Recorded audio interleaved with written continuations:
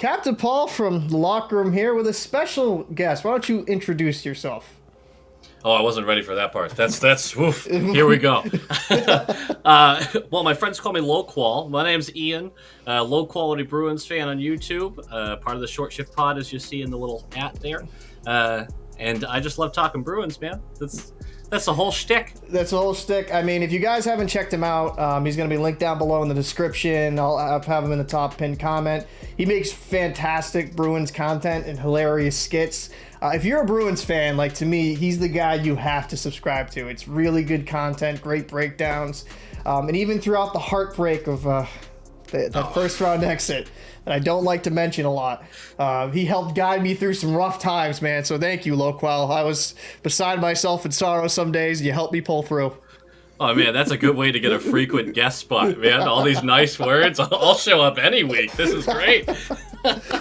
So, a few that watch the channel, I've done a little bit of a preview and talking about the Bruins, and I wanted to talk to Low Quality because he thoroughly covers the team, has a lot of good content you can go see over there. But kind of wanted to discuss a few things surrounding the team, maybe potential additions, obviously the huge departures of Bergeron and Krejci.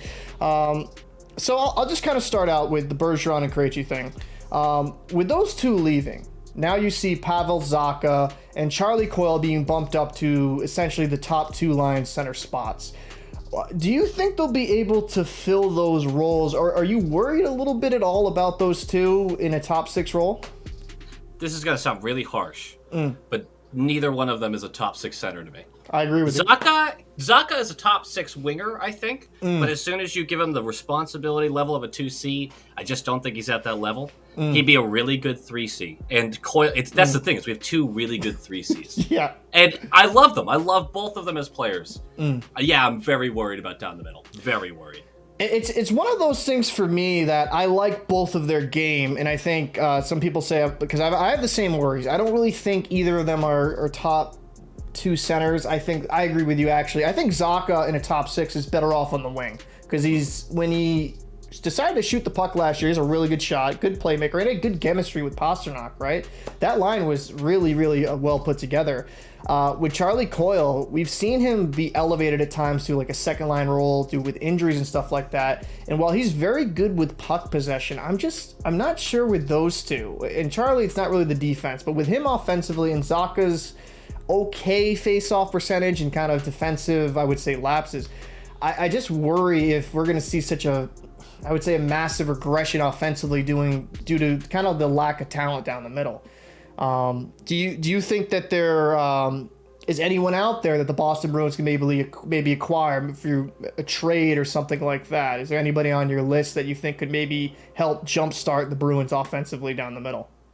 Not this year. There are guys that I think are definitely going to be, piquing our interest. Of course, you've heard the Scheifele conversations, the Lindholm conversations, but that's about as far as it goes for this season. I think the deadline, you're going to hear a lot of rumors, but cap space is going to come into play. And outside of a guy being on the LTIR for a while, we're just not going to have it. We're not going to have the ability. I think they're looking for free agency next year. I think they're hoping one of those guys sticks around on their team. Say Calgary's doing pretty well. They want to make a push. They want to make a run. And then they keep him on. They keep Lindholm on the roster. Yeah. And then they go, all right, we'll just roll our dice with it. That way you're not giving up a bunch of assets and you can just sign them in free agency. I like the idea of Scheifele, but I think with the cap restrictions, and I also think if they were going to move somebody, it would have been Hellebuck, I thought, because he was so disgruntled, it seemed like. With reports. Oh, yeah. I agree with that a lot. So I don't think they would get rid of Scheifele to try to retain Hellebuck, because then it's like, well, why am I here? Why am I going to try to go through another rough season? I'm along the lines with you. It's like, it's unless we have guys like Coyle, Zacha, I mean, I don't know. I don't see this happening. Maybe Morgan Geekie has a breakout year. I don't see us acquiring anybody, and we're going to be kind of kicking the can down the road. I think the Bruins were kind of banking on Bergeron possibly coming back for another season. And I still think Bergeron's obviously one of the better centers in the league. But it does show the lack of, I would say, drafting acumen with the Boston Bruins, where guys like Johnny Beecher, who they drafted in the first round, really isn't looking like a top 6 prospect, maybe a fourth line guy. Patoris, I'm probably butchering how you pronounce that. Like, it's a little too early to tell with him. But it does kind of show a little bit of the holes for the Bruins when it comes to drafting, because the center, we don't have much in the system either. Speaking, Bergeron leaving and retiring, and his number should be raised to the rafters. Tomorrow. If they want to jump the gun and do it on opening night, I'd be fine with that. I wouldn't even blink. Listen, I'll pay for it. If it has to be done, I'll contribute. Just make it happen. He's such a legend. Like that 2011 team, and just the amount of grit and leadership he has, and it's just even what he does off ice in the community. He's just a special human being. Like there's good hockey players, but he's also a great person. With him no longer being with the team, retiring, the captain spot becomes open. Which out of the current Bruins do you think fills that role in the best manner? Who would be the best pick for you? So I think you worded that question correctly, because a lot of people are asking that question like, hey, who is the captain this year? And the answer to that should be no one. No one is the captain this year. We're going to let it go for a year, maybe 2. That is not uncommon in the NHL. And let's settle. Let's figure out where we are. We just added a dozen players to this team through free agency. There's a lot to figure out.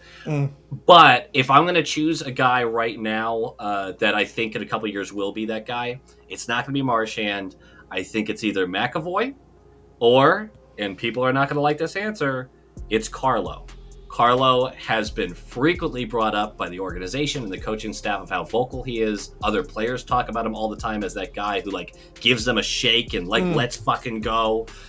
I think Carlo genuinely has a chance to be the next captain of the Boston Bruins. I kind of agree with you. I wouldn't mind the Bruins just having alternates, throughout the whole season. I'd be fine with that. I think I love Marchand. I think he's a fantastic player, and he's changed. He's kind of matured over years. But do I view him as the spoke B center? I'm not sure. I think he's a great leader. As for Carlo, I know people talk about McAvoy. That's an interesting one. That would be kind of similar. I don't think Carlo's the best defenseman on our roster, obviously, but he's really good quality. That'd be kind of like Trouba, right? Trouba being the center for the New York Rangers, right? Like a guy that's more of just a good leader. I actually wouldn't hate that. I think Carlo, when healthy, it's never really been a thing of his talent, I would say. It's just some of the health issues he's had to deal with, the injuries and stuff like that, and concussions. I think, actually, that I don't mind that. Now that you say that out loud, Brandon Carlo could be kind of a good selection, saying how vocal he is. If you were to... Go ahead, sorry. So I have conversations about Carlo a lot because people get annoyed, right? His mistakes are so glaring because he's a defensive defenseman. His role is a shutdown presence. But we say this all the time. With defensive defensemen, if you're hearing their name, they're not doing their job. So you go 6 weeks without hearing Carlo's name said all that much during the game, and you lose sight of him, and then he blunders and ends up in the back of the net because when a defensive defenseman fucks up, it is a breakaway. It is a one-on-one.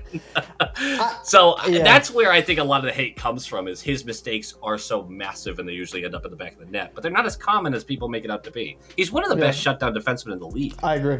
I absolutely agree with that. I think Carlo gets a little bit much maligned. I think some of it, unfairly, kind of due to the health issues that he's dealt with, where he's been taken out for quite a bit of games at times. But I think over the last, couple seasons, he's been pretty much healthy throughout most of the seasons.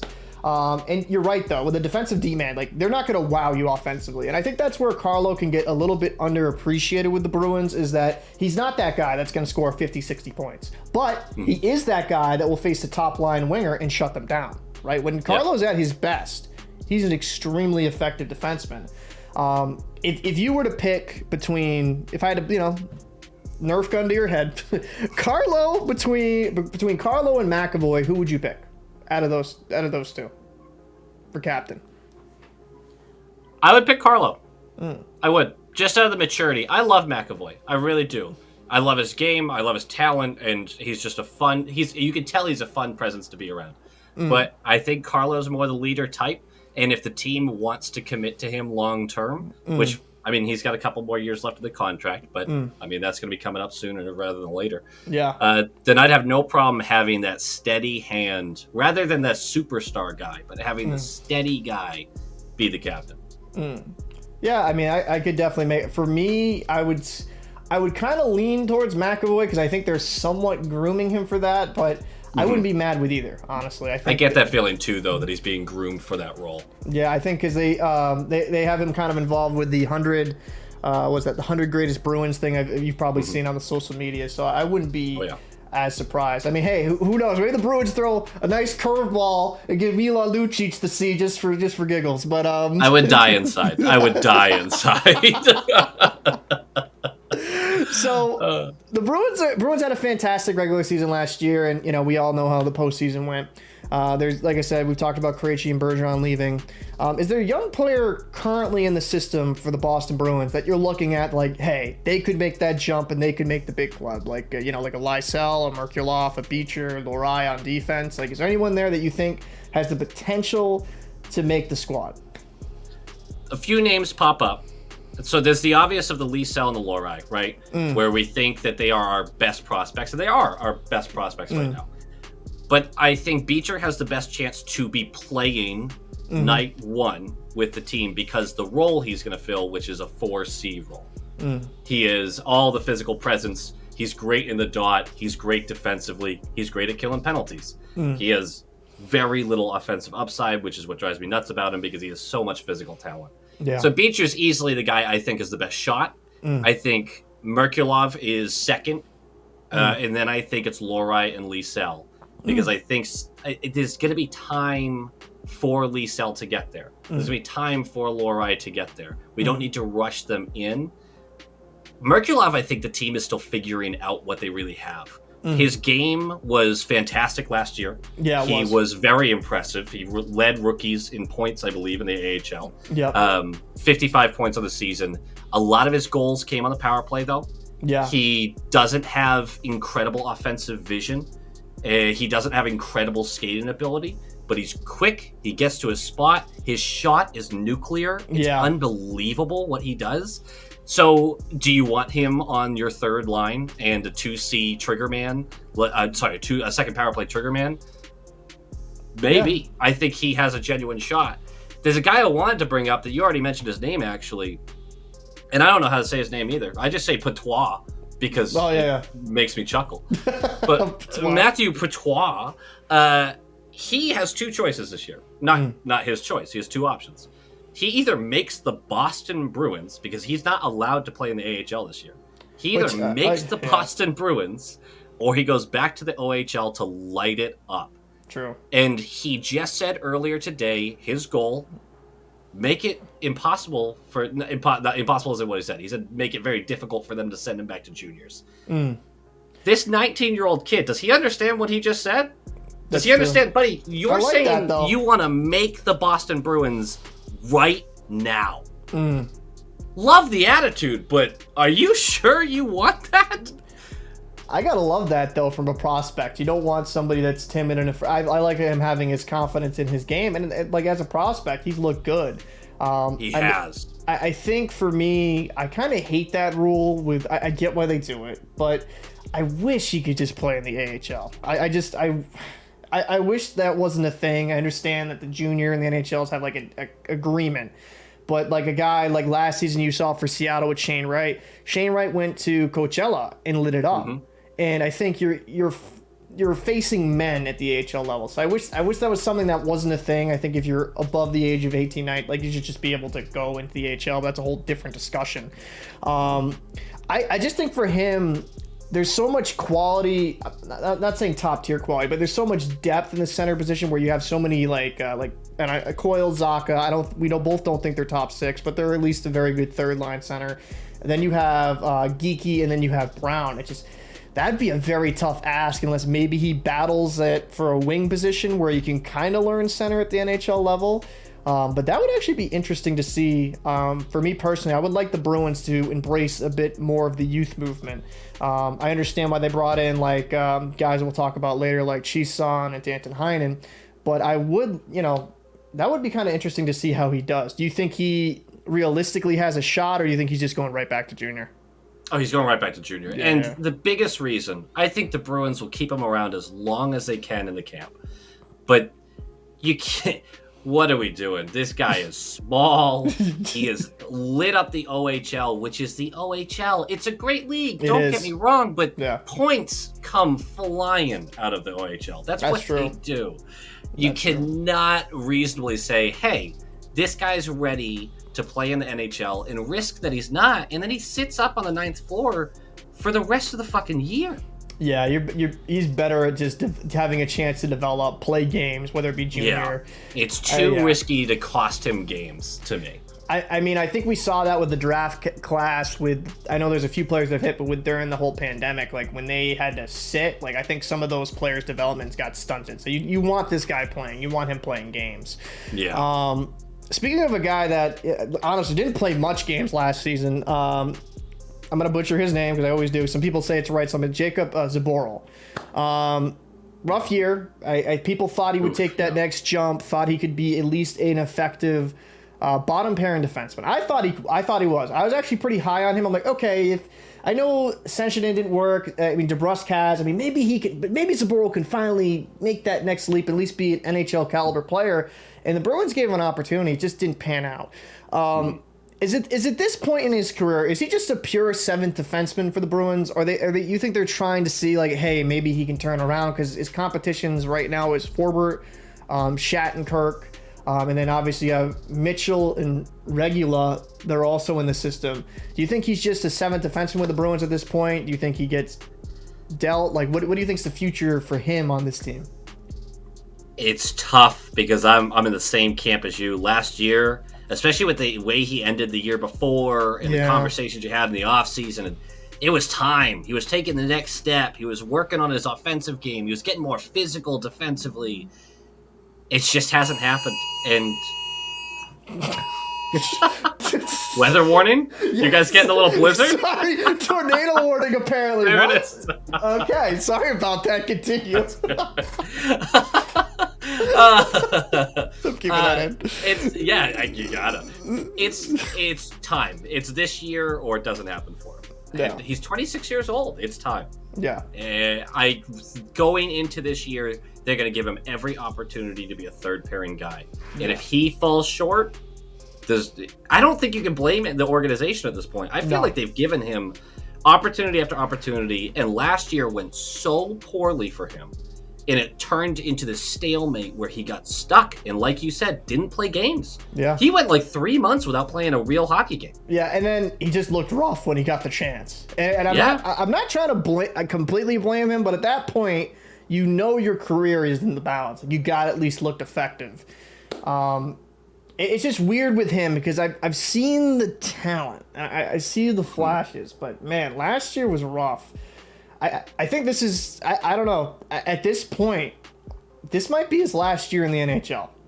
It really could be. You know, he might have to go back overseas. If he doesn't pan out with the Bruins, other teams are going to look at it like, well, this guy was a first-round pick. They gave him a ton of years. Like, let's be fair. Most organizations would have probably shipped him off or dealt him for something in exchange, whether it be a 5th or 6th-round pick. And other teams would be like, well, if he didn't make it in Boston after getting that many opportunities, like, he might be done at the NHL level. Maybe go back to Europe and find his game. But so talked about Zboril. Let's talk about Danton Heinen. Let's talk about Chiasson. Heinen's back as a Bruin. I don't know how you feel about that. You like Danton Heinen or you hate him? I don't know. I love this PTO so much. I do, because Heinen has developed into a responsible, middle of the lineup, plug and play guy, which is what I thought he was when he was with the Bruins. Just throw him around, plug and play. He develops instant chemistry and does well. He's not great, but he does well. And in a year like this year, I love the competition in the locker room. Totally fine with it. Like I think he makes the team. I really do. I think due to how the Bruins are currently constructed, I actually do see him making the team as well. Another question I have to have is, like, would you rather give Heinen another look, or would you rather go with youth, like a guy like Merkulov, Liesel, or you know what I mean? Like, what if you had to choose between like either or? Do you like them going with maybe a veteran that maybe Montgomery can get more out of him? Like, right, we saw Frederick come into his own last season under Monty's system. Maybe Montgomery can be kind of like the I don't know, the offensive whisperer or something, and get a little bit more out of Heinen. If you had to pick either or in that situation, do you like them kind of getting some retreads? Do you wish they'd go more with youth, or do you think that it depends on the situation? I think it's situational, and I think because we don't have any A-tier prospects, which I think we can be honest with ourselves about, we don't. We don't have that. If we had a guy like, I'm trying to think of a really good prospect right now. Connor Bedard, no, but yeah. Well, actually, let's go with the kid we really wanted to get in the draft from the Pens, Oliver Moore, I think his name is. Oh yeah. Somewhere in the middle there. If we had a guy like that who looked like he might be ready to step in the NHL, you're not really sure. I'd be like, you know what? With the state of the team, give him some third line minutes. Let's not fill this roster up with veterans. No, with what we have right now, I trust, and this is kind of hopeful thinking, I trust a coaching staff to put the best team on the ice regardless of age. Yeah. If somebody makes the team, we have the ability to ship guys up and down. I'm not worried about it. If we lose guys to waivers, it's not going to be a guy that matters all that much. That seems kind of cruel, but it's true. Yeah. I think the young guys are going to get their opportunity, and they either beat out these other guys or they don't. Yeah, I mean, I think that's fair. I think for me, I guess I'm a little bit hypercritical on the youth movement because I've seen Bruins teams in the past like hold on to veterans where I just wish they would go in the youth. But I think with Heinen, it's not like Heinen's like ancient, right? It's not like he's a 35, 36-year-old. He's in his late 20s. He's 28 years old. Yeah. And he's been here and he's shown the flashes. I don't think it's a terrible deal either. I think just getting him on a PTO, I mean, there's no long-term commitment there. And then if he ends up signing a 1-year contract, gives the prospects more time. Because I think Liesel, however you pronounce it correctly, I think Merkulov, they could probably benefit from another year in the A. I think Liesel especially. I don't think he's ready. Because I have Providence Bruins season tickets, and he shows some flashes. But against some bigger defenders, he struggles. I'd like to see him add a little bit more strength to him, get a little bit stronger on his skates. Merkulov, I think you hit the nail on the head. When you watch his film and you watch him in person, he has a fantastic release, but I'm not completely trying to knock him, but a little bit one-dimensional in that regard. He's got a fantastic shot. It kind of reminds me a bit of Vetrano in that aspect. Like, great shot, but not a completely well-rounded game. Yes. So, I mean, I definitely could see Heinen not as a bad thing.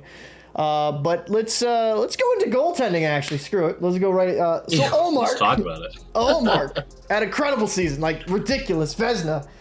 He was fulfilling all that potential you saw in Buffalo. I think that's something we have to note, because in Buffalo, he was looked at the guy. And to be fair to him, he was on some, unfortunate situational teams. They were not the best in front of him. Now, Ullmark had that was a .938 save percentage, 1.96, I think, goals against average. Spectacular. Right? Let's be fair. To him to replicate that again, that's unfair to ask. Do you think he'll be more towards the top end of the league again when it comes to his statistics, or will he come back more down to his averages, which is around like a .915 save percentage? Like with Ullmark, was it an accumulation of how great the Bruins were in front of him last year, or do you think, right, with this good decor the Bruins still have, he could still be considered like a top 5 goaltender? I would say a top 10 goaltender.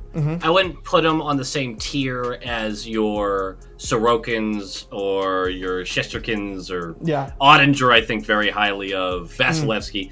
Not quite there, even with the season he had. But top 10 feels right to me. Without Bergeron, yes, every goaltender takes a hit. Yes. You put Bergeron on any team in the NHL, and their goaltender, the save percentage goes up by 4 or 5 points. That's it. That's true. But I think Ullmark's going to hold his own. He's been a good goaltender for a long time on some real shit teams. I see no reason he shouldn't be a top 10 goalie. And on that note, Swayman's the same. I think Swayman's going to continue coming into his own. I think we're going to continue doing that back and forth kind of setup. And I think they're both going to end in the top 10 once again. So, a great thing you mentioned Swayman. So Swayman, Some people really like him. Some people think he's got some holes in his game. Swayman played really good. He had a 920 last year for save percentage. He's a young goaltender. Do you think he can maybe take another step with consistency? Like kind of maybe challenge again like he did in his first year, Ullmark for that number 1 spot? Like where do you see Swayman? Do you think he is the franchise number 1 going forward? I think he's very much being planned to be the guy after Ullmark. I think they're totally okay having this tandem and having it be an expensive tandem for a couple of years. I don't think they mind that at all. No. And I think Swayman will eventually be our number 1.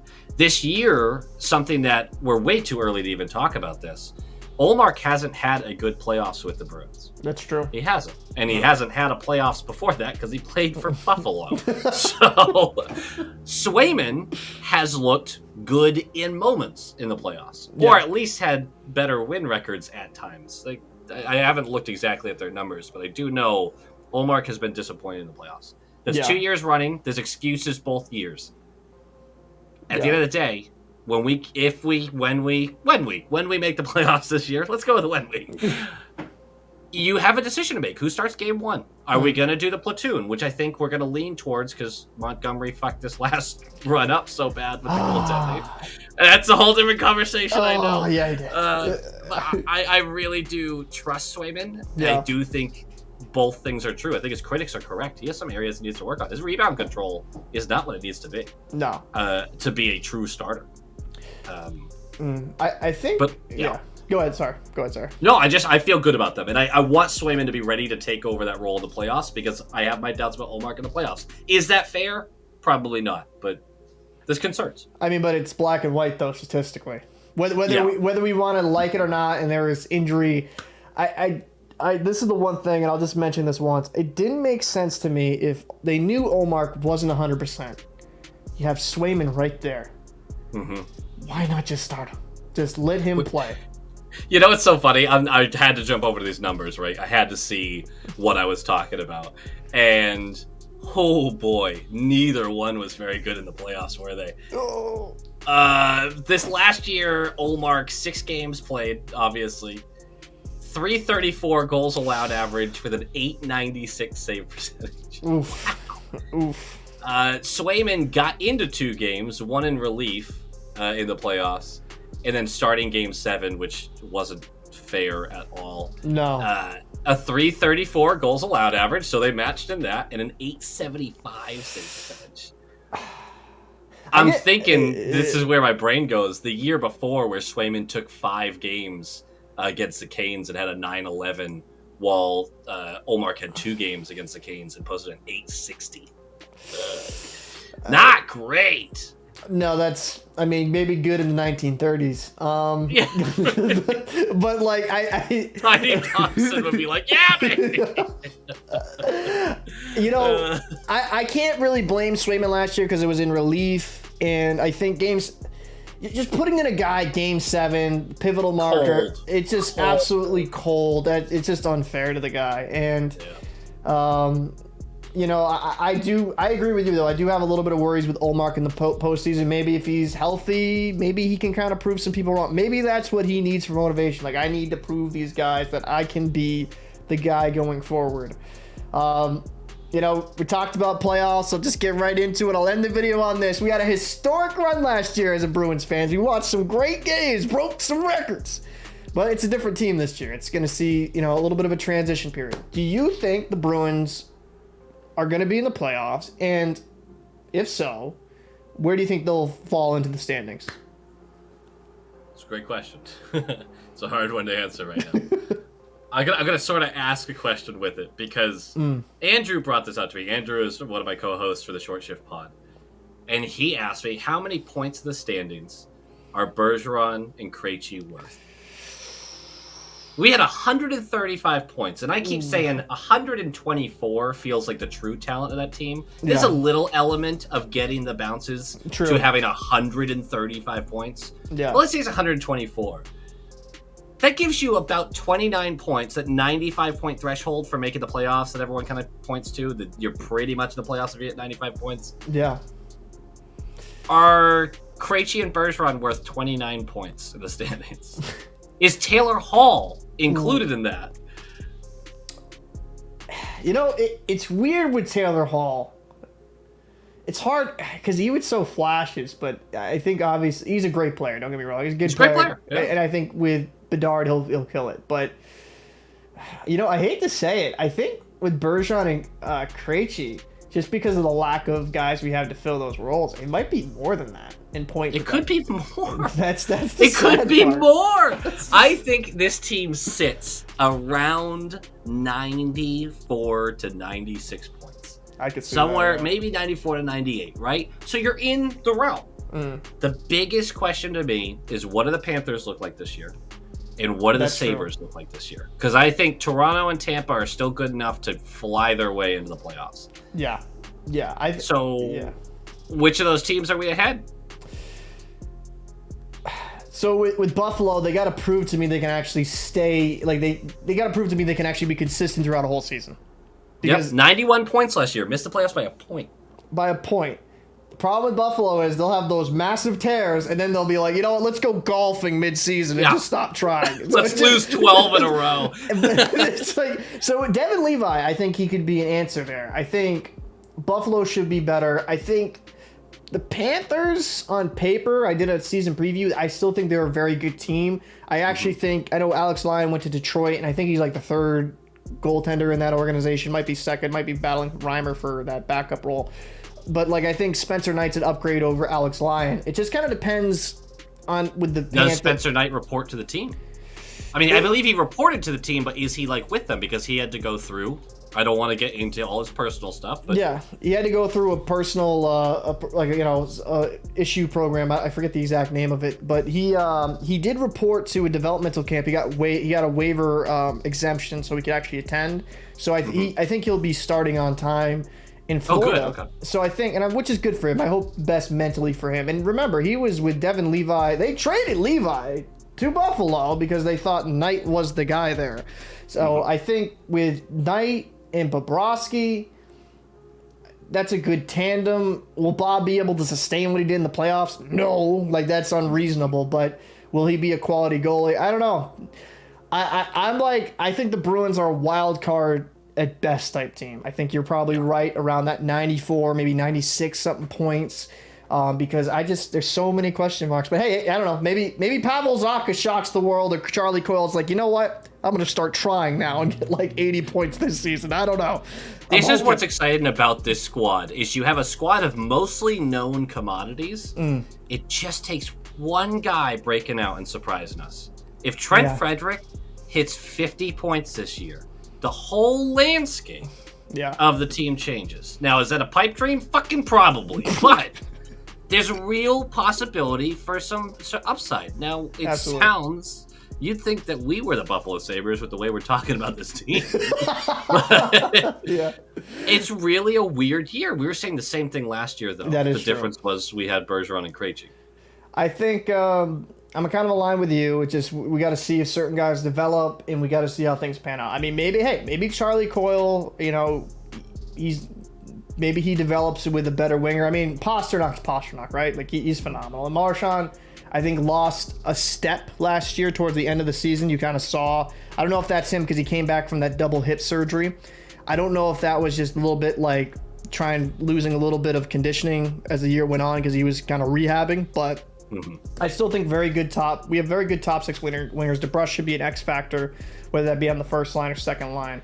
But yeah, it's going to be a very interesting season because there's a lot of what ifs, and to admittedly kind of makes it fun because hey, maybe we get surprised. Maybe Pavel I didn't think Pavel Zacha would have had the season he did last year. I thought he'd be okay, maybe an okay third liner because in New Jersey didn't work out, but when you watched him play, he surprised you. And I mean, if Frederick scores 50 points, I'm gonna go to the lotto right now, put his numbers in, and see if I can win it all.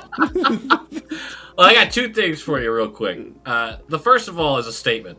I am not putting pasta with Coyle. Absolutely not. Not happening. No. We've seen little bits of it, and I don't like it. Yeah. I'm not doing it. But in Zacha pasta, we like anyway. That's great. Yeah, we do. How many points does Coyle need to have in a top six role for you to consider him successfully filling in?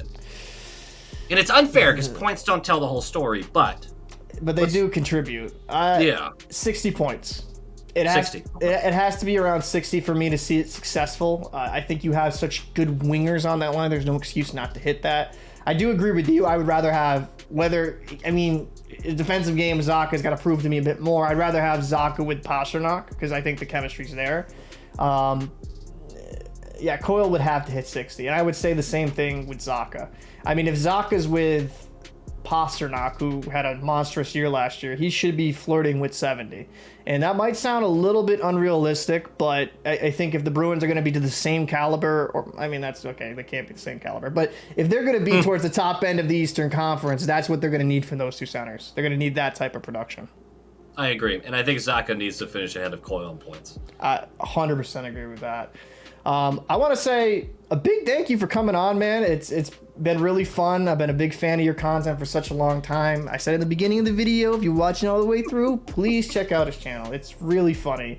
And I think he makes fantastic content, and it's something I have the notification bell active as well. Make sure to hit that button when you visit there, people. Make me look good. So, but I appreciate it, man. I really, really do. Anything else you got to say before we get out of here? Nah, I mean, the Short Shift Pod just kicked back into action. We've got a new platform, new network that we're on. I don't know the details to it. I just show up for recording times. I'm kind of that guy. I'm lazy or something. I don't know. Respect it.